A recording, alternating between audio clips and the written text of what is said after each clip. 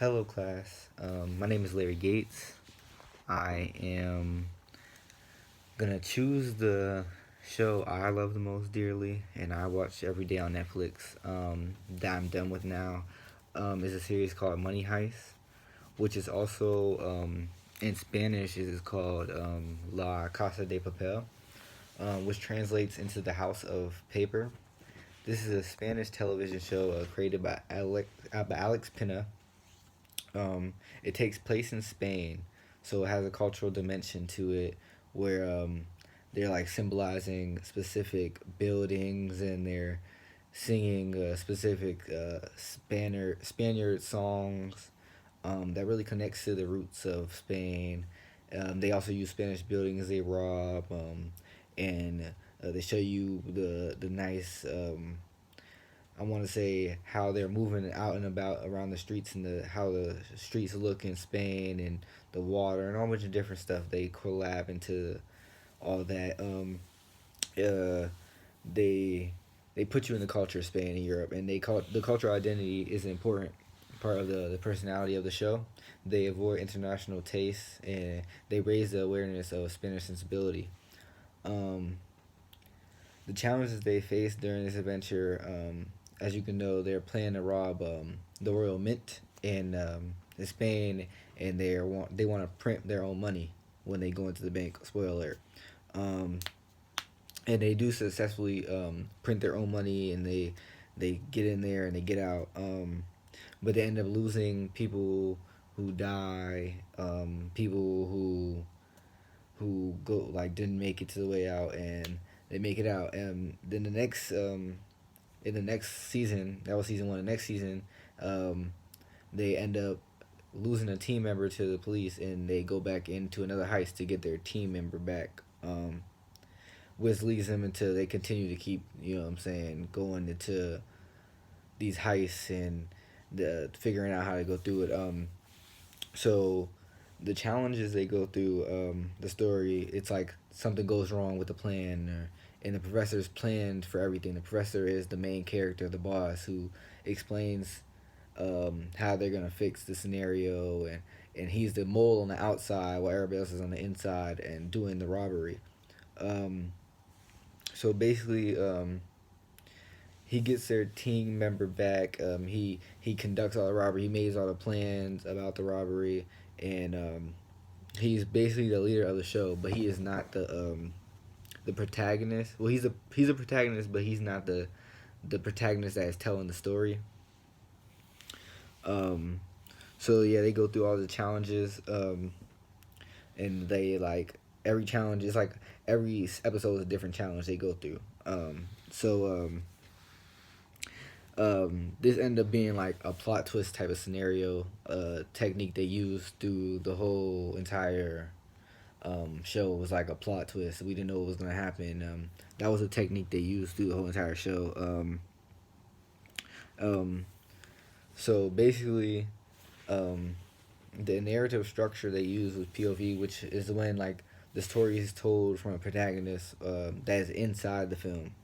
The protagonist they use is a girl named Tokyo, um, and that is different from a lot of different protagonists. Usually they're like male protagonists and stuff like this, but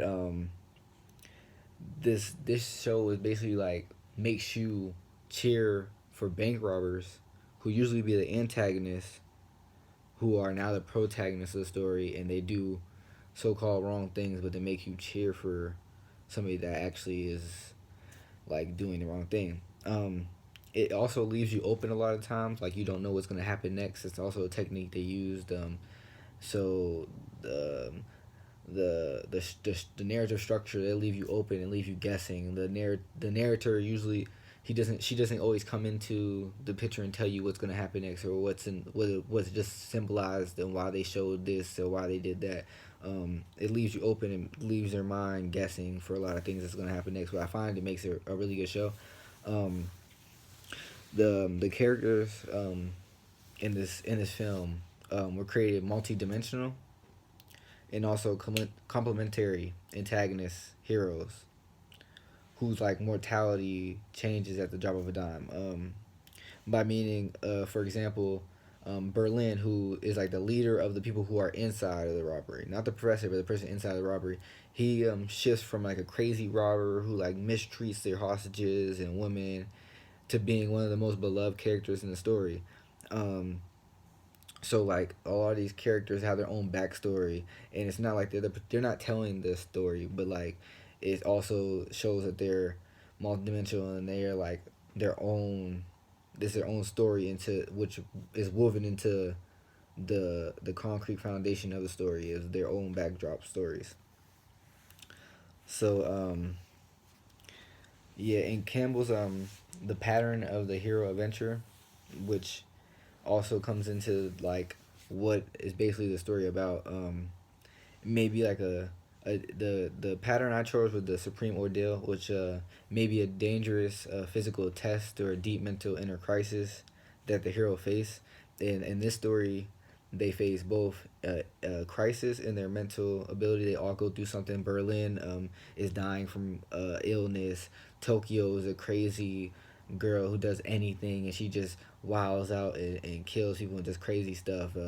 The is a computer hacker who you love and hate, and you hate love and hate the narrator Tokyo, and Denver's a hothead who does dumb stuff, but he has a sweetheart and everybody loves him, but he shot this girl in the back of the leg. Like it makes you love and hate the characters, and through all the robbers you love them and you hate them at this. You know what I'm saying?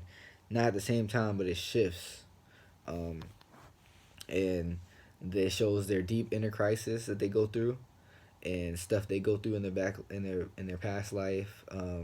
For example, one of the character Robert is he's homosexual and he doesn't know about how everybody else is gonna feel about it and how they're gonna treat him. Um, and that's an inner crisis that he has. But while also he's going through a dangerous physical task of robbing the Royal Mint.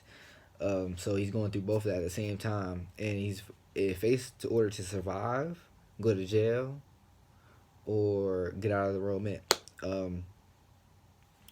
So they pretty much make us root for the bad guys, which is crazy. Like this whole story is just like it's so much going on at the same time, um, and they're going through this like the whole story. Like there is no stop of drama. Um, this is a big. It's like a big thriller. Whether they're facing like the biggest fear or what's the greatest foe, the hero must grasp all the skills that they learn. Also in the ordeal. And I think that the skills that it shows in the example I chose is the professor told them exactly how everything was going to go. He told them the story, he told them the plan, gave them backup plan for backup plan to back up their backup plan. And they used those experiences to get through the robbery. Um, so basically, the only thing they can do is death, die, fulfill the destiny. Those are the only things they have to do that can get them out. And just like the ordeal supreme destiny, like this is the same exact thing there. It's like word for word pretty much the same exact thing that they're going through.